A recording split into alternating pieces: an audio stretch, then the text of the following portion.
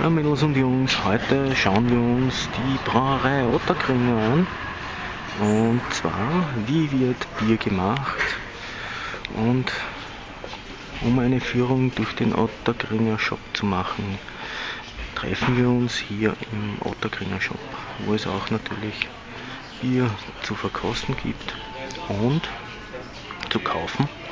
Und natürlich neben dem Bier gibt es auch viele Accessoires wie T-Shirts, Schirme, Bierfässer, Partyfässer, Handtücher und alles Mögliche, um eine Party richtig auszustatten.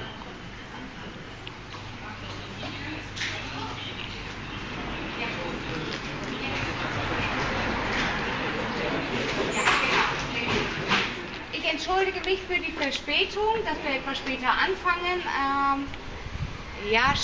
War ein paar Unstimmigkeiten.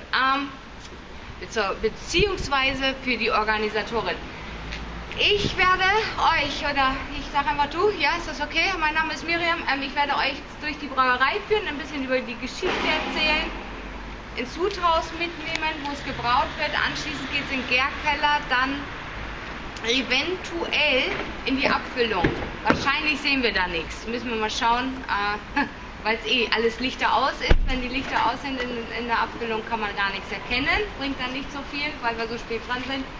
Und dann geht es zur Verköstigung. Da kann man dann das Bier auch probieren. Geschichte: 1837 wurde die Brauerei gegründet von Heinrich Planck. Heinrich Planck war ein Müllermeister.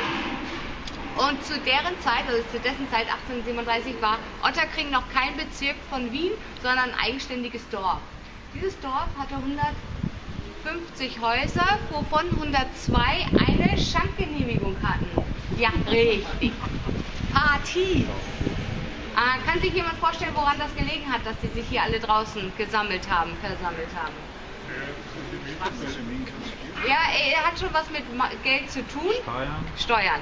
Hohe Einfuhrzölle auf Getränke und Speisen und die Zollgrenze verlief am heutigen Gürtel. Ja? Das war der Limes und deswegen haben sie sich alle hier draußen getroffen. Der Heinrich Planck hat damals aber nur im kleinen Rahmen produziert und hat das Ganze schon 1850 verkauft an die Familie Kufner. Kufner stammt aus Mähren aus der Tschechei und war schon Jahrzehnte in der Brauerei tätig und brachte somit genügend Wissen und Geld. Miriam Dirks, hallo, Frau Benhorn. Hallo. Super. Es geht um diese Gruppe. Ich habe nur eine Frage. Wurde das als Rechnung gemacht? Haben Sie das mit der Ottakringer Eventabteilung so geregelt? Ich habe hier leider nichts vorliegen. Ja? Gut, mehr wollte ich ja gar nicht. So, Dankeschön. Sie war sehr aufgeregt, die Dame. Wo war ich stehen geblieben? Beim Verkauf. Beim Verkauf. Kufner, genau. Kufner haben das Ganze also gekauft und hatten auch das nötige Kleingeld und haben das investiert, wie man sieht, in das Sudhaus, errichtet 1902. Sie haben gleich im großen Rahmen gedacht, also dass sie die Produktion verhundertfachen konnten, ja, dadurch, dass sie wirklich von oben nach unten gearbeitet haben. Oben Dachboden, dann Sudhaus, dann Gärhaus und dann Lager. Also wirklich von oben nach unten.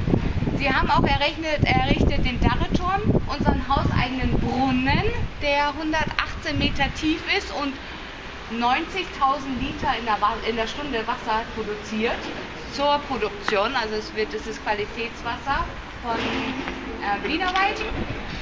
Also eigentlich, wenn Wien kein Wasser mehr hat, ja, wir können auch Bier produzieren, keine Sorge, also sie sind versorgt. Richtig. Wir haben unsere eigene Quelle. Haben die Kufners erbaut. Sie haben nicht nur investiert in die Brauerei, sondern außerhalb ins Wilhelminenspital, das haben sie mitfinanziert. Sie haben die erste Werkskantine errichtet und haben auch die Kufner Sternwarte, schon davon gehört? Kufner Sternwarte, ja, auch errichtet. Also haben viel gemacht. Leider kam dann der Zweite Weltkrieg und die Kufners mussten flüchten, da sie jüdischer Abstammung waren, haben das Ganze verkauft an die Familie Hamer. Hamers stammen von hier, Wiener Gegend, und waren in der Hefeindustrie tätig und waren an der hauseigenen Hefe, die hier hergestellt worden ist, interessiert, dass sie das Rezept einhamsen. Gott sei Dank, nach dem Zweiten Weltkrieg, als feststand, dass die Kufners nicht zurückkommen wollten, haben die Hamers eine zweite Abschlagszahlung geleistet. Somit war es zu damaligen Verhältnissen ein fairer Deal. Und die Hamers haben auch die Brauerei weitergeführt. Ja, erst später, also in den 60ern mit dem Aufschwung, hat sich der Herr Hamer mit seinem Schwiegersohn Engelbert Wenkheim zusammengeschlossen, damit sie wieder das Ruder in die Hand nehmen und das Ganze wieder ankurbeln. Sie haben 67 die Marke Goldfassel erfunden. Schon gehört? Goldfassel? Ja? Ja. Es gibt so einige unterschiedliche Sorten drunter, das können Sie später gerne probieren. 1977 haben sie das Bierkartell zerschlagen, die beiden. Wissen Sie, was ein Bierkartell ist? Kartell? Kann man auch anders ausdrücken, so Biermafia. Ja? Preis und Markt, richtig. Wo, wer, wie viel hinliefert. Der kam jetzt von Ihnen. Ja. Also wer wohin, wie viel hinliefert. Da wollten die beiden nicht mehr mitmachen und haben das Ganze dadurch zerschlagen. 86 ist die Brauerei als erste in Österreich an die Börse gegangen. Es ist ein börsennotiertes Unternehmen. Heute sind 95% der Aktien immer noch in Familienbesitz. Das heißt, es ist ein riesen Familienunternehmen. Immer noch. Ein Beispiel, der Vorstand von der Brauerei ist die Christiane Wenkheim. Das ist die Tochter von dem Engelbert Wenkheim. Den gibt es auch noch. Also diese Familien. Ich habe auch noch ein paar aktuelle Zahlen. Wir haben einen jährlichen Bierausstoß von 614.000 Hektoliter. Jetzt kommen wir wieder zur Schulzeit. Was ist ein Hektoliter? Richtig, das macht dann 61 Millionen Liter. Einen Umsatz von 54 Millionen Euro. Was ziemlich gut ist. Erwirtschaftet von 130 Mitarbeitern. Zuzüglich 70 in der Logistik. Wir haben auch nicht nur Bier, sondern auch Veranstaltungsräume. 5 Stück auf dem Gelände. Da hatten wir letztes Jahr für 444 Veranstaltungen, was ziemlich viel ist. Wir haben morgen zum Beispiel auch wieder einmal ein Großevent mit über 3000 Leuten, Halloween, ja, Party wird hier gefeiert. Davon haben wir über 30 Stück im Jahr. Also ziemlich gut ausgebucht. Hier kann man alles machen. Hochzeiten, Geburtstage, Firmenveranstaltungen, Tagungen, was auch immer, Ausstellungen. Kann man hier alles machen. Je nach Größe gibt es ja auch unterschiedliche Räumlichkeiten. Das Bier kommt dazu. Und genau, da kann man Verträge abschließen, richtig, ja, dass man dann das Bier und die Theke und dann Catering organisiert, also das kann man sich alles organisieren, damit man versorgt ist. Ja. Macht uns auch einzigartig.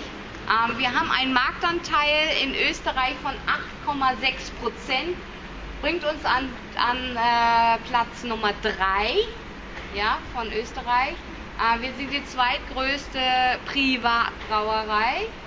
Eine ist größer, ich habe schon gehört, Stiegl. Wer ist Nummer 1? Stiegl, wir kommen dazu. Stiegl ist mit 10%, 10,2 an Platz 2 und die größte Privatbrauerei. An oberster Stelle mit über 70% Marktanteil ist Anheuser Busch, keine Ahnung.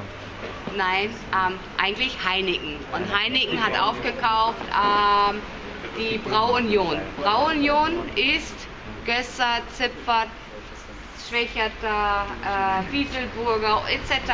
pp. Also die ganzen...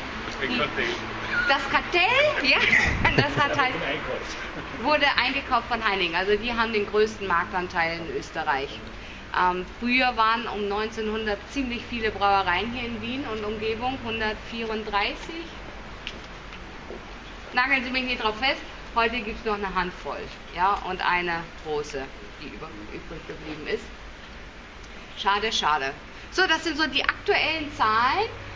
Da wir Wir sind ja ein Aktienunternehmen und wir haben eigentlich noch einen größeren Konzern über uns, ja, der Getränke, also Ottakringer Getränke AG, vielleicht von gehört.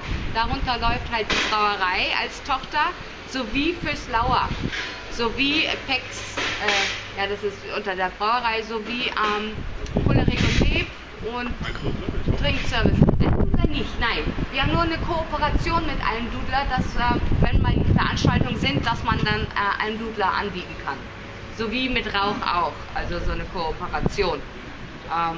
Gehören tut uns zum Beispiel Budweiser noch, zum Teil Pex, Innenstadtbrauerei in Passau. Also ein paar. Gut, also dass man so ungefähr weiß, was dahinter steckt. Kommen wir zum Brauen. Wir brauen hier nach dem deutschen Reinheitsgebot von 1516. Was darf es da denn ins Bier? Welche Zutaten? Wasser, richtig? Hopfen, Malz, richtig, die drei. Wasser kriegen wir aus dem eigenen Brunnen. Hopfen kommt aus Niederösterreich, ein Teil, und dann aber auch unterschiedliche Gebiete, ja, also ist ziemlich weit verstreut.